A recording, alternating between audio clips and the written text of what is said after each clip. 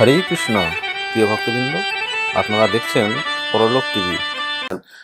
পরে তো এই মাহাত্ম্য কথা আপনাদেরকে ডিটেলসে বলছি। এই একাদশী শুনে রাখুন। লোমস মুনি নিজে মুখে দাপর যুগে এই পবিত্রারোপণী একাদশীর কথা ব্রাহ্মণদেরকে শুনিয়েছেন। ব্রাহ্মণেরা সবাই মহিজিৎ নামক রাজার জন্য গিয়ে লোমস মুনির কাছে প্রার্থনা করতেন। এই লোমস মুনি ছিলেন ব্রহ্মার এক কল্পে, যার একটা চুল গায়ে থেকে পড়ে যেত। এরকম তার গায়ে থেকে সর্বকেশ যখন নিবারিত হবে তখনই তার আয়ু, তিনি দেহত্যাগ করবেন না। এত আয়ু ছিল লোমস মুনির। আর লোমস মুনি খুব মাহাত্ম্যপূর্ণ, শাস্ত্রে আমরা দেখতে পাই বিখ্যাত এক মুনি ঋষি তিনি।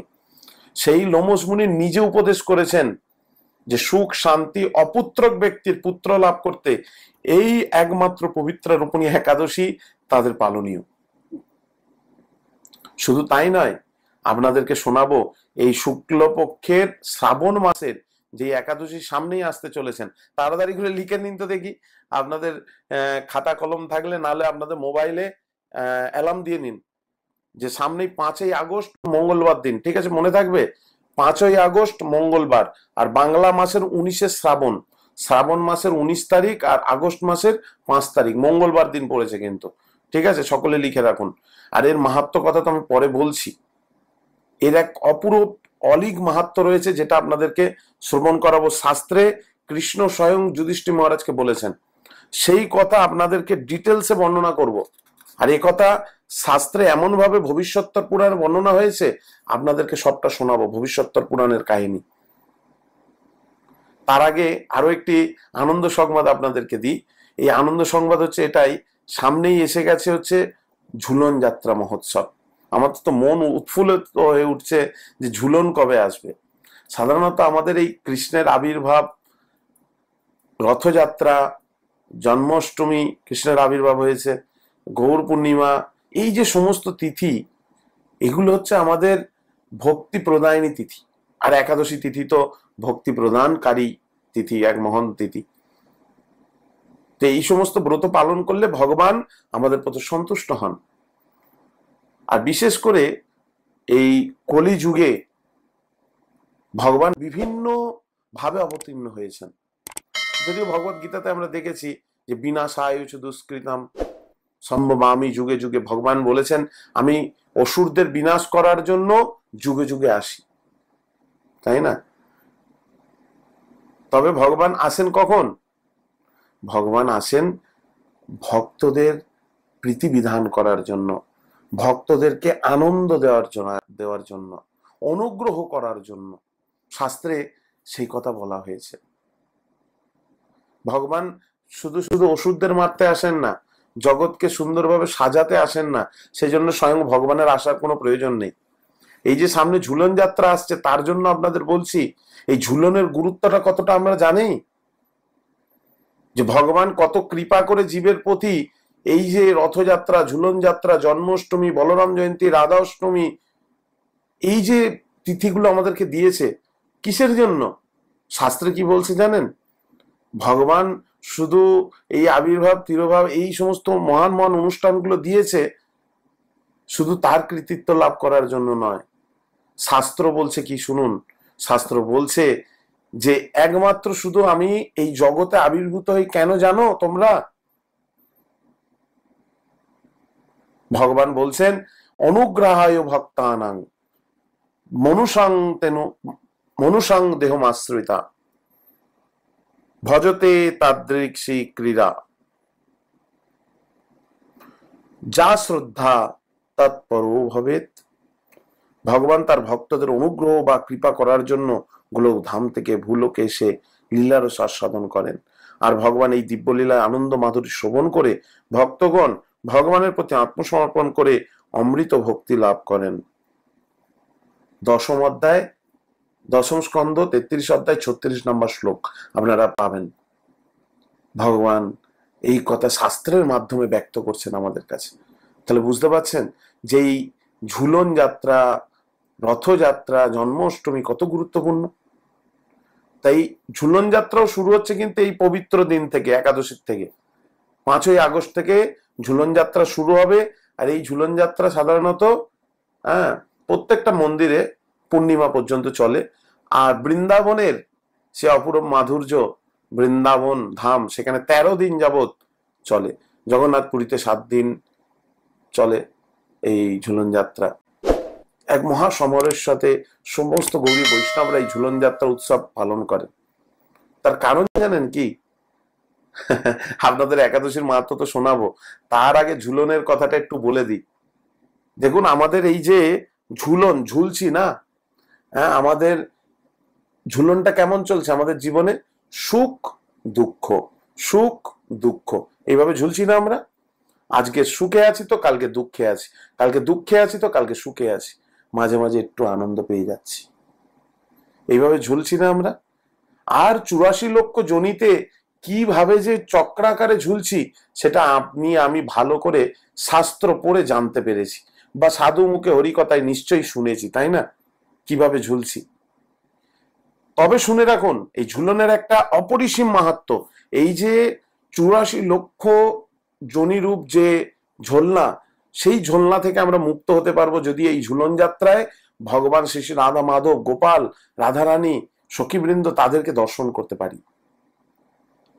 বুঝতে পারছেন? আপনার বাড়িতে গোপাল আছে নিশ্চয়ই, আপনার বাড়িতে নিশ্চয়ই রাধা মাধব আছেন, না থাকলে চিত্রপট তো আছে। একটা সুন্দর করে ঝোলনা আয়োজন করুন, যেখানে খুব সুন্দর বনফুল দিয়ে সাজান, কিনতে হবে না ফুল, পাতা গাছের সুন্দর করে সাজান, সাজিয়ে সেখানে সুন্দর করে রাধা মাধব গোপালকে বসান। বাড়িতে করতে পারবেন আপনি। যদি দড়ি না থাকে, গাছের রশ্মি দিয়ে আপনি ঝোলান, ফুল না থাকে গাছের পাতা লাগান, খরচা করতে হবে না। ভগবান আপনার হৃদয় ভাব সেটাই গ্রহণ করবে। সেইভাবে ভগবানকে ঝুলিয়ে সুন্দর করে দোলনা দিন। এটা আজকের প্রথা নয়, সনাতনীরা পূর্ব থেকে করে আসে। তার কারণ কি? শাস্ত্রে এটা রয়েছে। ভগবান এই ঝুলন লীলা করেছিলেন এই শ্রাবণ মাসের শুক্লা পক্ষের এই একাদশী বিশেষ তিথি থেকে। কোথাও কোথাও 1 মাস যাবত এই ঝুলন যাত্রা চলে। ঠিক আছে, আমি তো 1 বছর বৃন্দাবনে ছিলাম, 1 বছর না, কয়েক বছরই ছিলাম। দেখেছি কিভাবে ভগবানকে তারা ভালোবেসে এই দোলনার উপরে চড়িয়ে ভগবানকে ঝুলন দেয়। আমি তো দেখে আমার হৃদয় মানে উৎফুল্লিত হয়েছিল। তাই প্রত্যেকে এই ঝুলন যাত্রায় অংশগ্রহণ করুন। কেন? ঝুলন যাত্রা সাধারণ কোন উৎসব নয়। শাস্ত্রে স্কন্দ পুরাণ কি বলছে জানেন? স্কন্দ পুরাণ বলছে যে দোলে চ দোল গোবিন্দ। যদি আপনি দোলে দোল গোবিন্দ, প্রভু ভগবান গোবিন্দকে দর্শন করেন, তাহলে আপনি মুক্ত হয়ে যাবেন। চাপে চ মধুসূদনা, আপনি যদি জন্মাষ্টমীতে মধুসূদনকে দর্শন করেন, ভগবান কৃষ্ণকে দর্শন করেন, তাহলে আপনি এই জগৎ থেকে মুক্ত হতে পারবেন। রথে চ বামনাং দৃষ্টা, কি যদি রথের মধ্যে ভগবানকে একটু দর্শন করেন, তার দড়িটা একটু ধরেন, পুনর্জন্ম না বিদ্যাতে, তাহলে দোলে চ দোল গোবিন্দ, চাপে চ মধুসূদন। তাই দোলে মানে হচ্ছে দোলনাতে, মনে থাকবে তো? দোলে মানে ঝুলনে, দোলনাতে যদি ভগবানকে কেউ দর্শন করে গোবিন্দকে,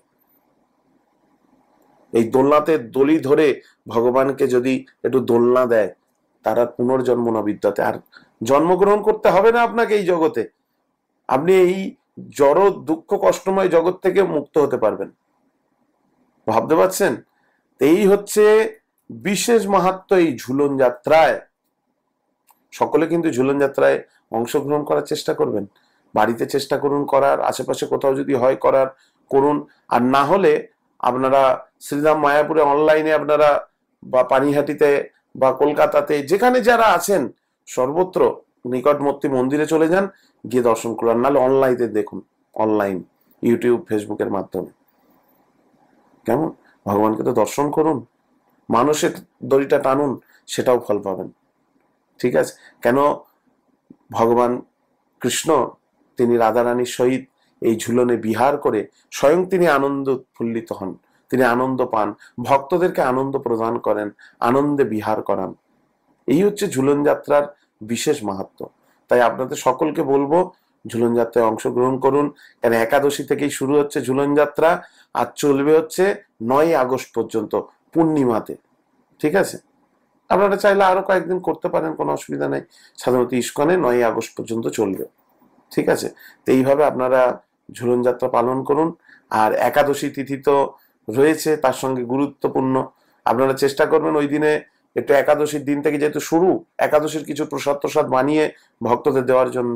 আর যারা দর্শন করতে আসছে বা আপনার নিজেজন আসছে আগে থেকে, তাদেরকে একাদশী করতে উদ্বুদ্ধ করুন, যাতে তারা একাদশীটাও পালন করে। ঠিক আছে? তো সকলকে আমি করজোড়ে অনুরোধ করছি, এই ঝুলনের গুরুত্বটা বুঝে, একাদশীর গুরুত্বটা বুঝে সকলকে জানানোর প্রয়াস করুন। ঠিক আছে? আর একাদশী ব্রত তো আপনারা জানেনই এর গুরুত্বটা কতটা, যে একাদশী ব্রত এমনই এক গুরুত্বপূর্ণ ব্রত, কৃষ্ণ ভক্তি প্রদায়নী ব্রত।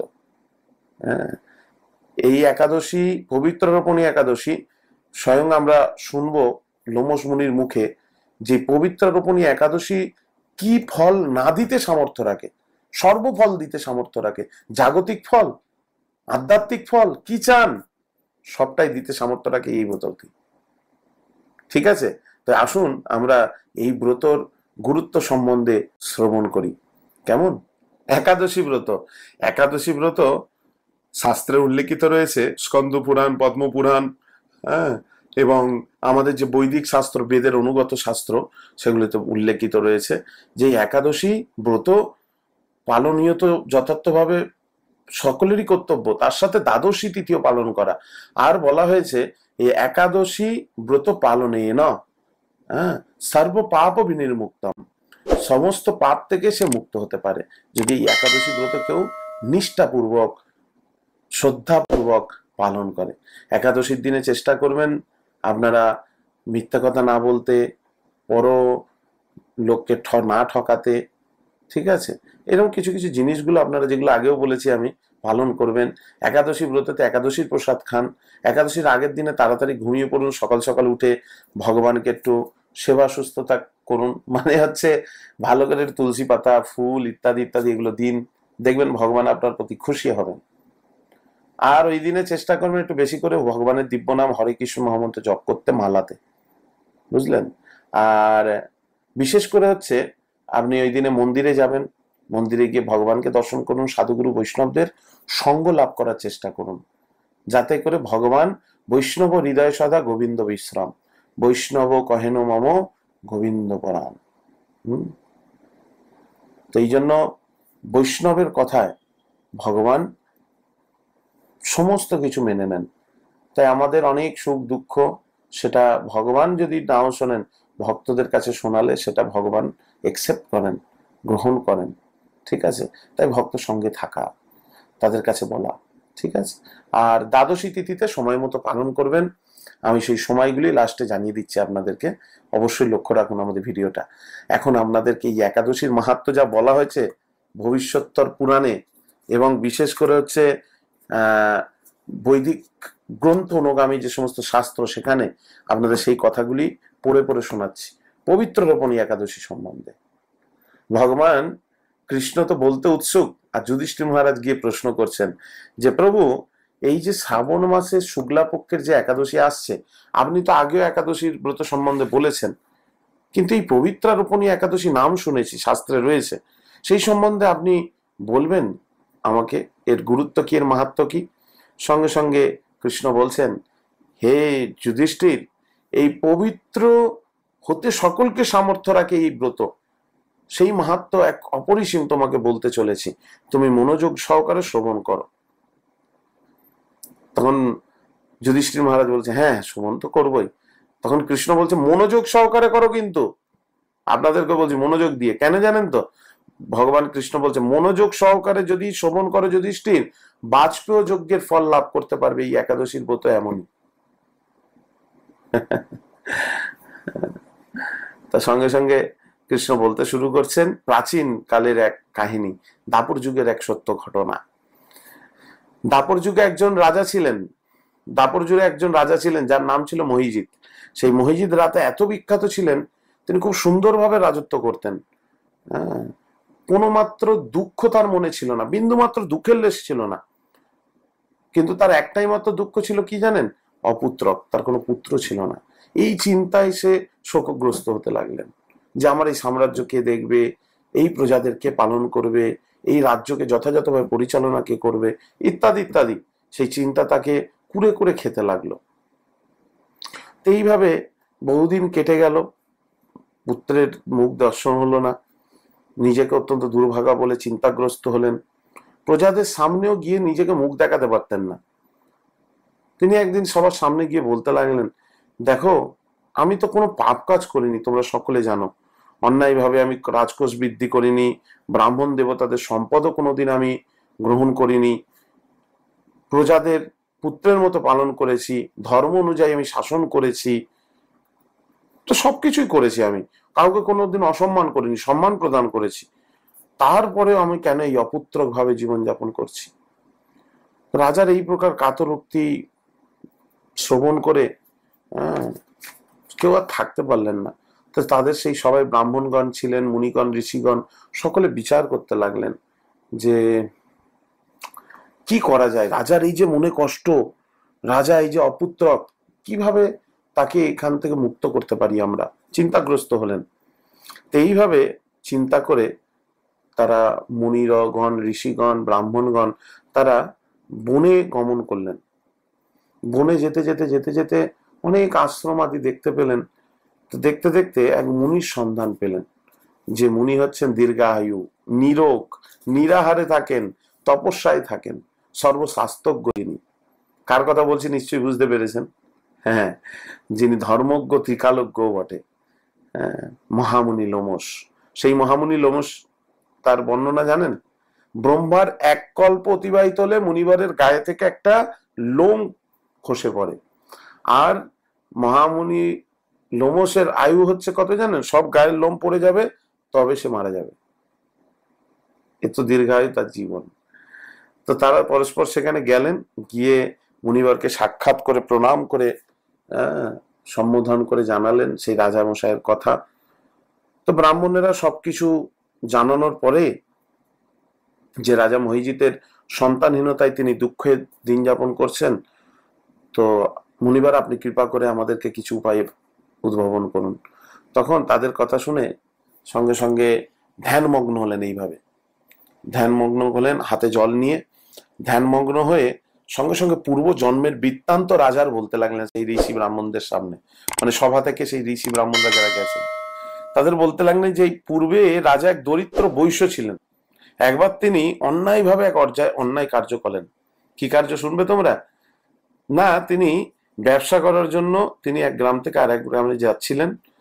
এক সময় কি হলো, এই জ্যৈষ্ঠ মাসের শুক্লপক্ষের দশমীর দিনই তিনি যেতে যেতে রাস্তায় তৃষ্ণার্ত হয়ে পড়েন। দেখুন, আগেকারের মুনি ঋষিরাও কত ত্রিকালজ্ঞ ছিলেন, তিনি দেখতে পারতেন সবকিছু। এখনকার দিনে দেখার জন্য সিসিটিভি ক্যামেরার দরকার না, পূর্বের ফুটেজ দেখার জন্য। তখনকার মুনিদের অন্তরে ফুটেজ উঠে যেত তপস্যার বলে।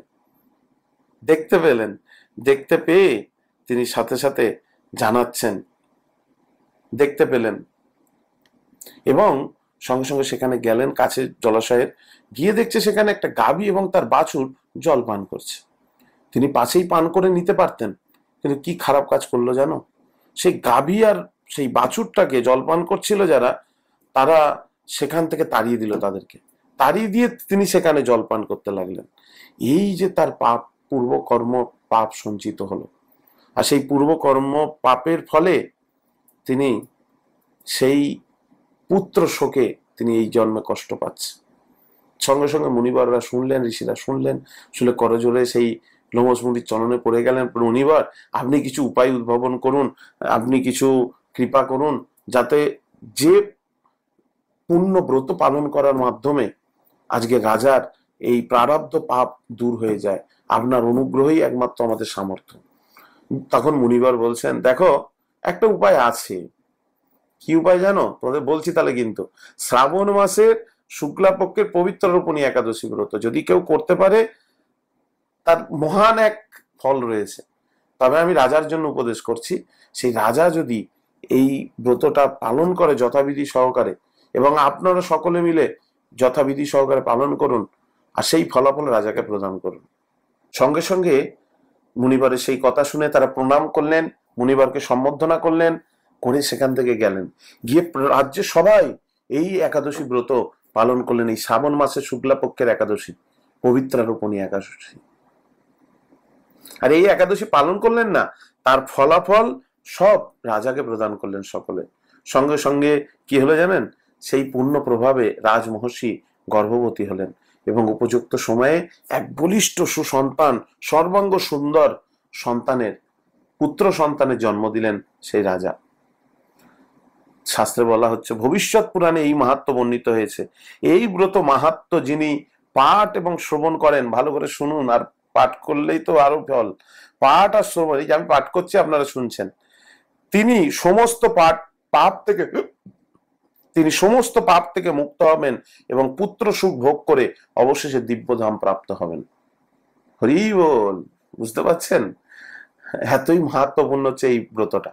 তাই সকলকে অনুরোধ করছি, আপনার এই ব্রতটা নিষ্ঠাপূর্বক পালন করুন, গুরুত্ব দিয়ে পালন করুন, কারণ এই ব্রতের সমধিক ব্রত কিছু হয় না। ঠিক আছে? সকলকে অসংখ্য ধন্যবাদ। আপনারা সকলে নিষ্ঠাপূর্বক পালন করুন কিন্তু। আর প্রত্যেকে এই ভিডিওটা প্রচুর পরিমাণে শেয়ার করুন, যাতে একাদশীর গুরুত্বটা বুঝতে পারে। লাইক করুন আর আমাদের চ্যানেলটা সাবস্ক্রাইব করে রাখুন, যাতে আপনাদের কাছে আমি আগেই পৌঁছাতে পারি। অনেক কিছু বলার থাকে তো আপনাদেরকে, তাই আগে আগে গেলে আপনাদেরকে জানাতে সুবিধা হয়। ঠিক আছে? আসুন আমরা এই একাদশী ব্রতের পালনের সময় আপনাদেরকে জানাই, যে যেখানে অবস্থান করছেন সেই স্থান অনুসারে সেই সময় কিন্তু পালন করবেন, মনে রাখবেন কিন্তু। ঠিক আছে?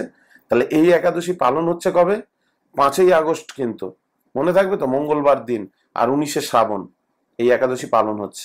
আর এর পালনের সময় হচ্ছে, যারা মায়াপুরে রয়েছেন, 5টা 8 থেকে 9টা 31-এর মধ্যে, বাংলাদেশের ঢাকা 5টা 30 থেকে 9টা 53, চট্টগ্রাম 5টা 26 থেকে 9টা 48, ইম্ফল 4টে 44 থেকে 9টা 8, গুয়াহাটি আসাম 4টে 51 থেকে 9টা 16,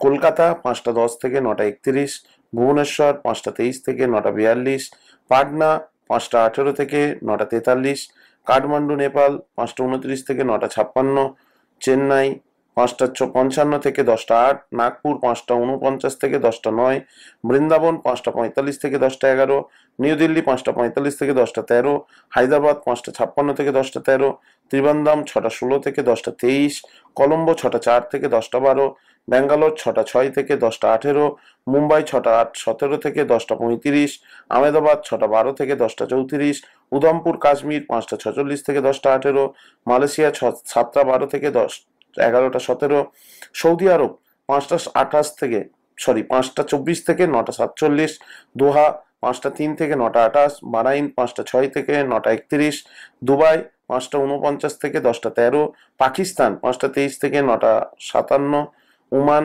5টা 42 থেকে 10টা 4-এর মধ্যে। হরে কৃষ্ণ। এই হচ্ছে পারণের তালিকা আপনাদের দেখানো হলো।